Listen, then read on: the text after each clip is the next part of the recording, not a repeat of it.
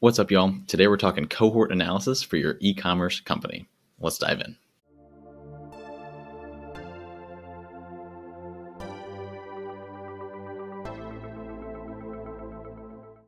I'm Jack Tompkins with Pineapple Consulting Firm, and we are always trying to help the small business world become more data-driven. And today, the way we're doing that is with cohort analysis for your small business e-commerce company.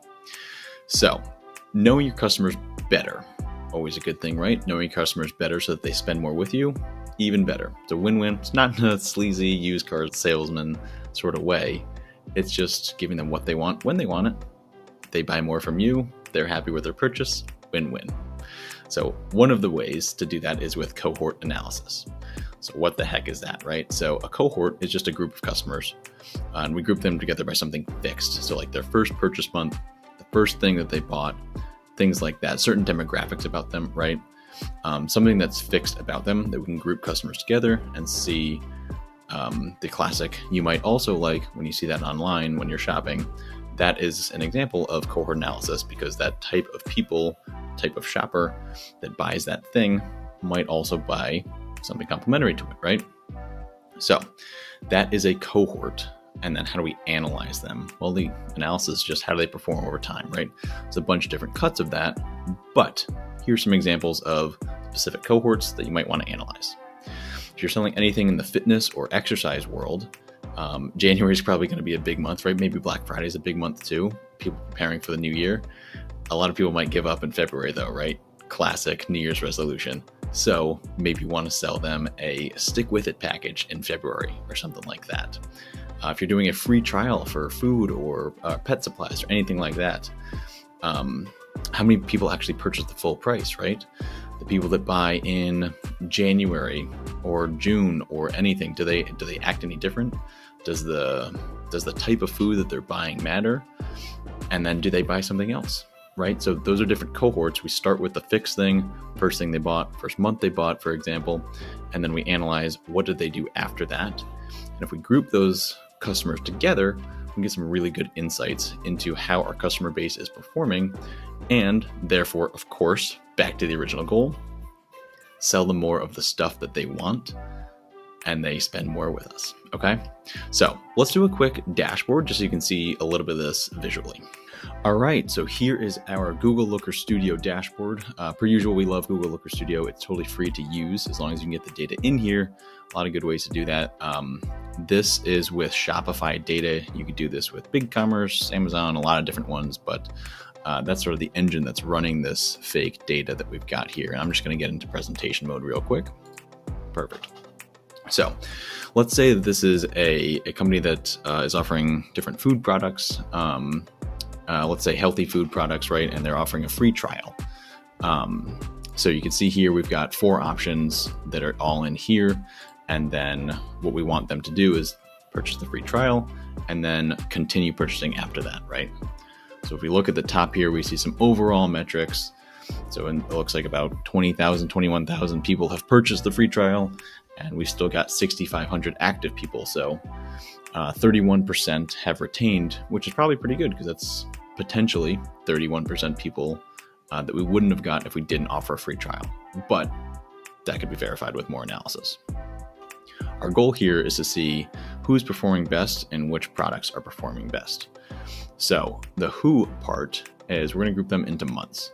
So their first purchase month, are they still sort of in the program and in the subscription today? And that's what this graph shows. So it looks like in July, we had a decent number of signups. Most people stay for the month of July, right? And it sort of dwindles over time naturally. But in this month 4, for example, we have the highest retention of anybody's month 4. And then we really drop off in month 5. So maybe something's happening there. There's some good insight that we could probably draw from that. We could also see at a product level, and I'll go to the totals down here, it looks like people start with vitamins more often than not. And they retain somewhat average, I would say, given this data that we're looking at here. Healthy snacks, though, apparently people don't want to keep snacking. So that retention is relatively low. So from all of this, you could filter and sort by any specific month or offering or anything along those lines. And you can really dive into, you could even go a cohort or of a cohort. So the specific vitamin, whether it's, vitamin B's versus vitamin C or something like that, you could go one layer deeper and see that extra level that might really help you hone in your analysis. But things like this really help for setting goals, setting expectations, and actually measuring how everything's doing and measuring the success of your offering. And I highly recommend, obviously, putting it into a dashboard that is automated so you can see this at any time. The whole team's on the same page, all that good stuff. Highly recommend it.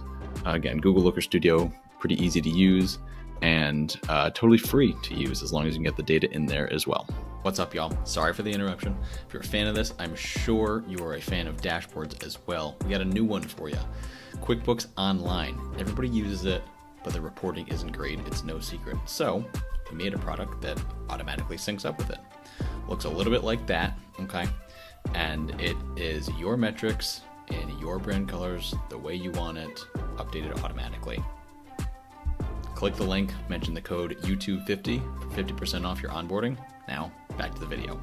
So there's a lot of benefits to it, right? And again, it's the you might also like, and it's not the used car salesman, hey, like, please buy this, it's nothing like that. It's just giving them what they want, kind of when they want it, by understanding them better, right? And there's vast benefits to being able to understand your customer better, right?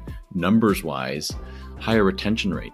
People staying customers for longer, whether it's a free trial or not, just people actually purchasing and repurchasing with you. Everybody loves that, right? Leads to a lower cost of acquisition too. Higher long-term value, higher average order value. All of these things can be gained from a little bit of cohort analysis. So do yourself a favor and grab a dashboard. Automatically track this for you, help set goals for the team, get your customers to spend more with you the nicest way possible. And it'll be a win for you. It's definitely a win for them as well. And as long as you're tracking it, you can measure it. So please reach out. We always love this stuff, and we love the e-commerce space. So we are more than happy to help with whatever you got going on, especially in the cohort analysis sphere. Take care, y'all.